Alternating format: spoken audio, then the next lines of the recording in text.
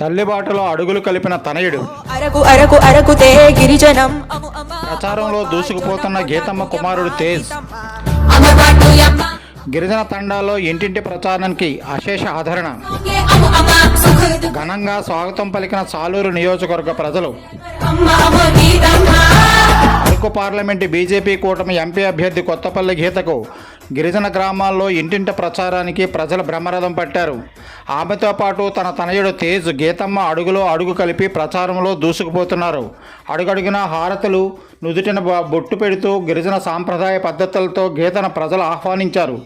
సాలూరు నియోజకవర్గంలో మెంటాడ మండలం సీతంపేట జంక్షన్ నుండి పలు వీధుల గుండా నడుస్తూ ప్రజలతో మమేకమై కమలం గుర్తుకు ఓటు వేసి ఎంపీగా గెలిపించి ప్రధాని నరేంద్ర మోదీకి ఆశయాలకు ధీటుగా తన ప్రాంతం నుండి తనను పార్లమెంటుకు పంపించాలని ఆమె కోరారు.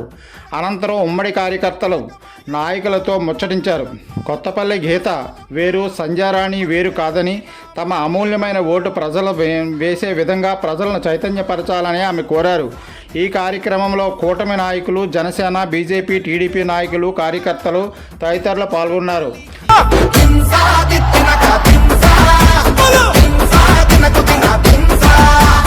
జన్మనిచ్చ తల్లి పేరు అమ్మ, గిరిజనుల తల్లి గీతమ్మ.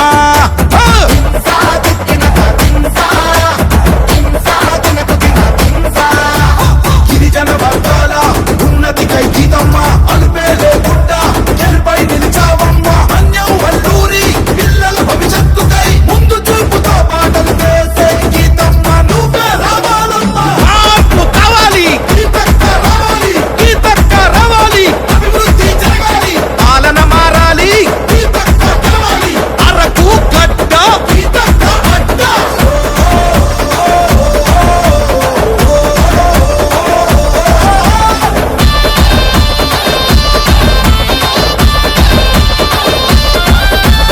ఇరవై ఏళ్ల నుండి గీతా సంఘం గుండెలనే గెలుచుకున్న ఆడా సింగం.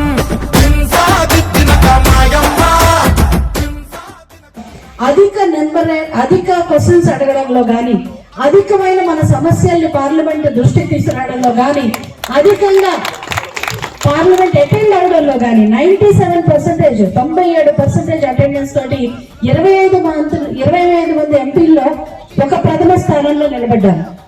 బహుశా అదే నాకు ఈ రోజు నరేంద్ర మోదీ గారి ఆశీస్సులు దొరకడానికి కారణం ఏంటంటే, నేను ఎంత చిత్తశుద్ధిగా పనిచేశానో ఆ చిత్తశుద్ధిని చూసే ఈ రోజు అరకు పార్లమెంట్ ని బీజేపీ తీసుకుని 100% నేను గెలిస్తే గిరిజనులకు మంచి జరుగుతుందని చెప్పి నరేంద్ర మోదీ గారు నమ్మి నాకు ఈ బాధ్యత అప్పచెప్పడం జరిగింది.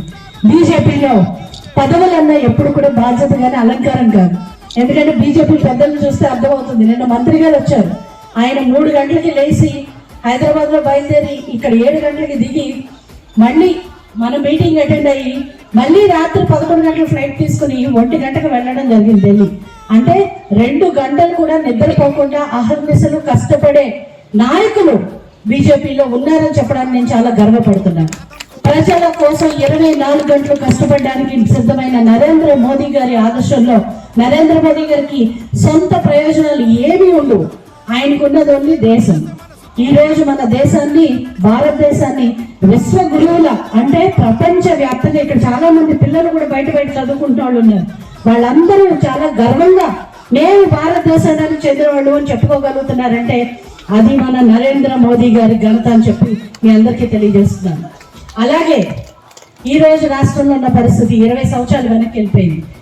ఒక చంద్రబాబు నాయుడు గారు ఏదైతే ఒక మంచి అద్భుతమైన రాజధాని కట్టాలనుకున్నారో 3 ముక్కల ఆట చేసి ఈరోజు రాజధాని లేని రాష్ట్రంగా మన ఆంధ్రప్రదేశ్ మిగిలిపోయింది. అంటే తలకాయ లేని మొండల్లాగా వచ్చింది ఇప్పుడు రాష్ట్రం. ఏది మన రాష్ట్ర రాజధాని అని అడిగితే సమాధానం చెప్పడానికి పిల్లలకు కూడా ఏం రాయాలో తెలియని పరిస్థితి ఈరోజు. అంత అధ్వానమైన పరిస్థితిలో రెండోది రాష్ట్రాన్ని అప్పులు కుప్పగా మార్చారు. చాలా మంది అనుకుంటారు అప్పులు కుప్పగా ఆయన రాష్ట్రాన్ని మారిస్తే మాకేం పోయిందని. కానీ ఈరోజు రాష్ట్రం చేసే ప్రతి అప్పు కూడా మనమే తీర్చాలి. అంటే మన దగ్గర పన్నుల రూపంలో వసూలు చేసిన దాన్ని అరకు ప్రగతి ఢిల్లీలో వినిపి